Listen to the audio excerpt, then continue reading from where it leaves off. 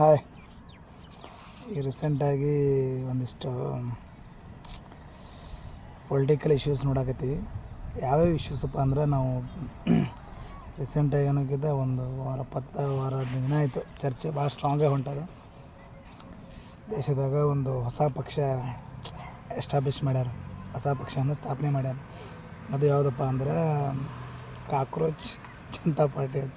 ಕೇಳಿದ್ರೆ ನಗು ಬರ್ತದೆ, ಬಟ್ ಇದು ನಗು ಅಂಥದ್ದೇನಲ್ಲ. ಬಟ್ ಫ್ಯಾಕ್ಟ್ ಆ ಪಕ್ಷದ ಹೆಸರು ಕೇಳಿದಾಗ ಜೊಂಡಿಗೆ ಪಕ್ಷ ಅಂದರೆ ಜೊಂಡಿಗೆ ಅಂತೀವಿ, ಉತ್ತರ ಕರ್ನಾಟಕ ಶೈಲಿ ಒಳಗೆ ಜೊಂಡಿಗೆ ಅಂತೀವಿ. ಸೊ ಅದರದ ಪಕ್ಷದ ಸ್ಥಾಪನೆಯನ್ನು ಮಾಡ್ಯಾರ. ಮಾಡಿರೋದು ಒಂದು ಉದ್ದೇಶ ಏನಪ್ಪ ಅಂದ್ರೆ ಭ್ರಷ್ಟಾಚಾರವನ್ನು ತೊಲಗಿಸ್ಬೇಕಂತ, ಅರಾಜಕತೆಯನ್ನು ತೊಲಗಿಸ್ಬೇಕಂತ ಅಂತ ಹೇಳಿ ಆ ಪಕ್ಷವನ್ನು ಸ್ಥಾಪನೆ ಮಾಡ್ಯಾರ. ಯಾರು? ಅಭಿಜಿತ್ ದೀಪ್ಕೆ ಅಂತ. ಸೊ ಅವರು ಸ್ಥಾಪನೆ ಮಾಡ್ಯಾರ ಸಾಹೇಬರು. ಅವರು ಸ್ಥಾಪನೆ ಮಾಡಿದ್ದು ಒಂದು ಕಡೆ ಆದ್ರೆ, ಬಟ್ ಯಾಕೆ ಸ್ಥಾಪನೆ ಆಯ್ತು ಅನ್ನೋದು ಒಂದು ರಿಯಲ್ ಫ್ಯಾಕ್ಟಾಗಿ ನೋಡ್ಬೇಕು ನಾವು. ಯಾಕೆ ಸ್ಥಾಪನೆ ಆಯ್ತಪ್ಪ ಅಂದ್ರೆ, ಸುಪ್ರೀಂ ಕೋರ್ಟ್ ನ್ಯಾಯಾಧೀಶರು ಒಂದು ಹೇಳಿಕೆ ಕೊಡ್ತಾರೆ. ಆ ಹೇಳಿಕೆಯಿಂದನ ಇಂತಹ ಅತಿ ಏನೋ ಪ್ರಚಲಿತವಿದ್ದಂಥ ಒಂದು ಪಕ್ಷ ಸ್ಥಾಪನೆ ಆಗೋಕ್ಕೆ ಕಾರಣ ಆಯಿತು. ಅವರು ಮುಖ್ಯ ನ್ಯಾಯಮೂರ್ತಿಗಳು ಯಾಕೆ ಈ ಮಾತನ್ನು ಹೇಳಿದರು, ಬಟ್ ಮುಖ್ಯ ನ್ಯಾಯಮೂರ್ತಿಗಳು ಹೇಳೋದ್ರಾಗೂ ಒಂಚೂರು ತಪ್ಪಾದ. ಆ ಮಾತನ್ನು ಹೇಳಬಾರ್ದಾಗಿತ್ತು. ಅಂದರೆ ಈ ದೇಶದ ಜಂಜಿಗಳು, ಈ ದೇಶದ ಯುವ ಜನಾಂಗ ಕಾಕ್ರೋಚ್ ಇದ್ದಂಗೆ ಅಥವಾ ಜೊಂಡಿಗೆ ಇದ್ದಂಗೆ ಅಂತ ಹೇಳೋದು ತಪ್ಪು. ಫಸ್ಟ್ ಆಫ್ ಆಲ್ ಅದರಾಗೂ ಸೋಷಿಯಲ್ ಮೀಡಿಯಾ ಇನ್ಫ್ಲುಯೆನ್ಸರ್ಸ್ ಅದನ್ನು ಕ್ಲಿಯರಾಗಿ ಇನ್ನೂ ಅವ್ರ ವಿಡಿಯೋ ರಿಲೀಸ್ ಆಗಿಲ್ಲ. ಅವ್ರು ಮಾತಾಡಿದ ಮಾತು ಬರೀ ಜಸ್ಟ್ ಟಾಕಿಂಗ್ ಒಳಗೆ ಹೊಂಟದ. ಅವರು ಅಫಿಷಿಯಲಿ ಅವರು ಅದನ್ನು ಯಾವುದೋ ಕಾರಣಕ್ಕೆ ಸೋಷಿಯಲ್ ಮೀಡಿಯಾಗೆ ಬಿಟ್ಟಿಲ್ಲ ಅವ್ರು ಹೇಳಿದ್ದನ್ನು. ಆದರೆ ಒಂದು ಫ್ಯಾಕ್ಟ್ ಅರ್ಥ ಮಾಡ್ಕೋಬೇಕು, ಹೇಳಿದ್ದೆ ತಪ್ಪು. ನ್ಯಾಯಮೂರ್ತಿಗಳಂಗೆಲ್ಲ ಮಾತಾಡಬಾರ್ದು. ಯಾಕಂದ್ರೆ ಜಗತ್ತಿನಾಗ ಅತಿ ಹೆಚ್ಚು ಯುವಕರನ್ನು ಹೊಂದಿದ ದೇಶ ಭಾರತ, ಹೈಯೆಸ್ಟ್. ಸೊ ದೇಶಕ್ಕೆ ಯುವಕರ ಕೊಡುಗೆ, ದೇಶಕ್ಕೆ ಯುವಕರ ಮಹತ್ವ ಭಾಳ ಅತ್ಯುತ್ತಮವಾದದ್ದು. ಸೊ ಅದ್ರಾಗ ಎರಡು ಮಾತಿಲ್ಲ. ಯುವಕರು, ಅದ್ರಾಗ ಜೆನ್ಸಿಗಳು ಮೇಜರಾಗಿ ಅದ್ರಾಗೇನೋ ಅವ್ರು ಬಳಸ್ಯಾರಂತ, but I will not rely on there. ನಾನು ಅದನ್ನು ಕೇಳ್ಪಟ್ಟಿಲ್ಲ. ಅಂದ್ರೆ ನಿರುದ್ಯೋಗ ಯುವಕರು ಅಥವಾ ಜೆನ್ಸಿಗಳು ಒಂಥರ ಜೊಂಡಿಗೆ ಇದ್ದಂಗೆ, ಮತ್ತು ಈ ರೀತಿ ಇರೋ ಸೋಷಿಯಲ್ ಮೀಡಿಯಾ ಯೂಸ್ ಮಾಡಿಕೊಂಡು ತಮಗೆ ತಾವೇ ದೊಡ್ಡ ಮೇಧಾವಿ ಅಂದ್ಕೊಂಡು.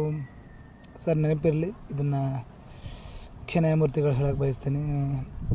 ಅವರು ಸೋಷಿಯಲ್ ಮೀಡಿಯಾ ಹೆಂಗೆ ತೊಗೊಂಡ್ರೆ ಯುವ ಜನಾಂಗ ಯಾವ ರೀತಿ ತೊಗೊಂಡ್ರ ಅಂದ್ರೆ, ಪ್ರೆಸೆಂಟ್ ನಮ್ಮ ದೇಶದಾಗಿರೋವಂಥ ಯೂಟ್ಯೂಬರ್ ಆಗಲಿ, ಇನ್ಸ್ಟಾಗ್ರಾಮ್ ಸೋಷಿಯಲ್ ಮೀಡಿಯಾ ಇನ್ಫ್ಲುಯೆನ್ಸರ್ ಆಗಲಿ, ಯಾವುದೇ ಸೋಷಿಯಲ್ ಮೀಡಿಯಾ ತೊಗೊಂಡ್ರೂ ಅದರಲ್ಲಿ ಅವರವರ ಆದಾಯವನ್ನು ನಿರ್ಧರಿಸಕತ್ತಾರೆ ಪ್ರೆಸೆಂಟ್ ಜೆನ್ಸಿಗಳು. ಹೆಂಗಂದ್ರೆ ಇವಾಗ ಸೋಷಿಯಲ್ ಮೀಡಿಯಾ ಮುಖಾಂತರ, ಯೂಟ್ಯೂಬ್ ವಿಡಿಯೋ ಮಾಡೋದ್ರ ಮುಖಾಂತರ ಅಥವಾ ರೀಲ್ಸ್ ಮಾಡೋ ಮುಖಾಂತರ ಫೇಮಸ್ ಆಗಿ ಇನ್ನೊಂದು ರೀತಿ ಗಳಿಕೆಯನ್ನು ಮಾಡಾಕತ್ತಾರೆ ನಮ್ಮ ದೇಶದ ಜೆನ್ಸಿಗಳು. ಯಾರು? ನಿರುದ್ಯೋಗಿ ಯುವಕರು. ಯಾವುದೇ ಪ್ರಾಪರಾಗಿ ಒಂದು ಕಂಪ್ನಿ ಕೆಲಸ ಕೊಡಲಾರ್ದ, ಯಾವುದೋ ಒಂದು ಸಂಸ್ಥೆಗಳು ಕೆಲಸ ಮಾಡಲಾರ್ದವರು ಸೋಷಿಯಲ್ ಮೀಡಿಯಾ ಯೂಸ್ ಮಾಡಿಕೊಂಡು ತಮ್ಮ ಮನೆ ನಡೆಸ್ಕೊಂಡು, ಸಂಸಾರ ನಡೆಸ್ಕೊಂಡು ಜೀವನವನ್ನು ಕಟ್ಕೊಳಕತ್ತಾರೆ ಅಪ್ಕಮಿಂಗ್. ಮತ್ತು ಸರ್ಕಾರಗಳೂ ಸಹಿತ ರೀಸೆಂಟಾಗಿ 2026 ಬಜೆಟ್ನೊಳಗನ ಕೇಂದ್ರ ಸರ್ಕಾರ ಸೋಷಿಯಲ್ ಮೀಡಿಯಾ ಇನ್ಫ್ಲುಯೆನ್ಸರ್ಗಳಿಗೆ ಮತ್ತು ಸೋಷಿಯಲ್ ಮೀಡಿಯಾ ಕಂಟೆಂಟ್ ಕ್ರಿಯೇಟರ್ಗಳಿಗೆ ಸಪ್ರೇಟಾಗಿ ಕೆಲವೊಂದಿಷ್ಟು ಬಜೆಟ್ನಾಗ ಇದು ಮೀಸಲಿಟ್ರ, ದುಡ್ಡನ್ನು ಮೀಸಲಿಟ್ರ. ಈ ರೀತಿ ಮಾಡಬೇಕು, ಈ ರೀತಿ ಯುವ ಜನಾಂಗಕ್ಕೆ ಕೆಲಸ ಕೊಡಬೇಕು ಅಂತೇಳಿ ಪ್ಲ್ಯಾನ್ ಮಾಡ್ಯಾರ. ಸೊ ಇಂಥದ್ರ ನಡುವೆ ನೀವು ಇಂಥ ಹೇಳಿಕೆ ಕೊಡೋದು ತಪ್ಪು. ಬಟ್ ನೀವು ಕ್ಲಾರಿಫಿಕೇಷನ್ ಕೊಡಬೇಕು, ಯಾರಿಗೆ ಈ ಮಾತನ್ನು ಹೇಳೀನಿ, ಯಾವ ರೀತಿ ಸೋಷಿಯಲ್ ಮೀಡಿಯಾ ಇನ್ಫ್ಲುಯೆನ್ಸರ್ಗೆ ಹೇಳೀನಿ. ಬಟ್ ಅಲ್ಲಿ ಹೇಳಿದಾಗ ಏನಾಯ್ತಪ್ಪ ಅಂದ್ರೆ, ಎಲ್ಲರನ್ನೂ ಅನ್ವಯಿಸ್ತದೆ ನೀವು ಹೇಳೋ ಮಾತು. ಬಟ್ ಎಲ್ಲರನ್ನ ಅನ್ವಯಿಸೋಂಗೆ ರೀತಿ ಹೇಳಬಾರ್ದು ನಾವು ಮಾತುಗಳನ್ನು. ಒಂದು ಫ್ಯಾಕ್ಟಾಗಿ ಹೇಳ್ಬೇಕಂದ್ರೆ, ನೀವು ಯಾವುದ್ರ ಬಗ್ಗೆ ಮಾತಾಡಕತ್ತೀರಿ, ಇಲ್ಲೇ ಐ ಥಿಂಕ್ ನೀಟ್ ಎಕ್ಸಾಮ್ ಬಗ್ಗೆ ಚರ್ಚೆ ಆಗಿದೆ. ಚರ್ಚೆ ಆದಾಗ ನೀಟ್ ಎಕ್ಸಾಮ್ ಕರೆಕ್ಟಾಗಿ ನಡೆಸೋಕ್ಕಲ್ಲ ಅಂತೇಳಿ ನೀವು ಸೆಂಟ್ರಲ್ ಗೌರ್ಮೆಂಟಿಗೆ ಟೀಚ್ ಮಾಡಬೇಕು ಅಥವಾ ಹೇಳಬೇಕು. ಯಾಕಂದರೆ ನಿಮ್ಮ ಕೆಲಸ, ನಿಮಗಿರೋ ಹುದ್ದೆ ಅದೇ. ಯಾವುದೇ ಸರ್ಕಾರಗಳು ತಪ್ಪು ಮಾಡಿದಾಗ ಆ ತಪ್ಪನ್ನು ತಿದ್ದಿ ಈ ರೀತಿ ತಪ್ಪು ಮಾಡಬಾರ್ದು ಅಂತ ಹೇಳುವಂಥ ಕೆಲಸ ನಿಮ್ಮದಾಗಿರಬೇಕು. ಬಟ್ ಅವ್ರು ಮಾಡಿರೋ ತಪ್ಪಿಗೆ ನೀವು ಅದನ್ನು ಮುಚ್ಚುವಂಥ ಕೆಲಸ ಅಥವಾ ಮುಚ್ಚುವಂಥ ಕೆಲಸ ಮಾಡಬಾರ್ದು. ನಿಮ್ಮ ಕೆಲಸಕ್ಕೆ ನಿಮ್ಮ ಹುದ್ದೆಗೆ ಸಾಕಷ್ಟು ಗೌರವ ನಮ್ಮ ದೇಶದಾಗ. ಸಂವಿಧಾನ ನಿಮ್ಮದೇ ಆದಂಥ ಸ್ಪೆಷಲ್ ರೆಸ್ಪೆಕ್ಟ್ ಕೊಟ್ಟದು ನಿಮಗೆ. ಸೊ ಆ ರೆಸ್ಪೆಕ್ಟನ್ನು ಉಳಿಸ್ಕೊಳ್ಳುವಂಥ ಕೆಲಸ ಮಾಡಬೇಕಾಗಿತ್ತು.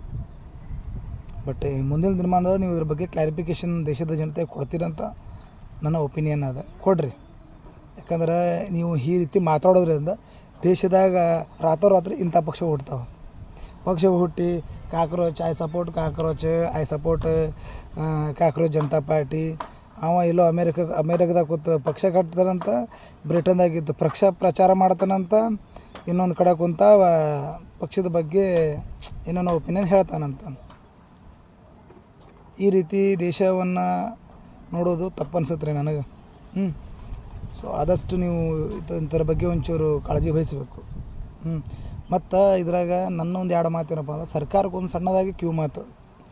ನೀವು ಸರ್ಕಾರ ನಡೆಸೋದೇ ಇತ್ತಂದ್ರೆ, ನಾನು ಒಂದು ನ್ಯೂಸ್ನಾಗ ಕೇಳೋದ್ರ ಮಟ್ಟಿಗೆ 14ರಿಂದ ಪ್ರೆಸೆಂಟ್ 26 ಮಟ್ಟ ಒಂದು 5-6 ಸಲ ನೀಟ್ ಪೇಪರ್ ಲೀಕ್ ಆಗ್ಯದಂತ. 5-6 ಸಲ ನೀಟ್ ಪೇಪರ್ ಲೀಕ್ ಮಾಡುವಂಥ ಸ್ಟೇಟಸನ್ನು ಯಾಕೆ ಇಟ್ಕೊಂಡ್ರಿ ನೀವು? ನನ್ನ ಕ್ವಶನ್ ಗೌರ್ಮೆಂಟಿಗೆ, ಸೆಂಟ್ರಲ್ ಗೌರ್ಮೆಂಟಿಗೆ. ಇದನ್ನು ಸ್ಟ್ರೈಟಾಗಿ ಹೇಳೋದು ಮೋದಿ ಸಾಹೇಬ್ರಿ ನಿಮಗೆ.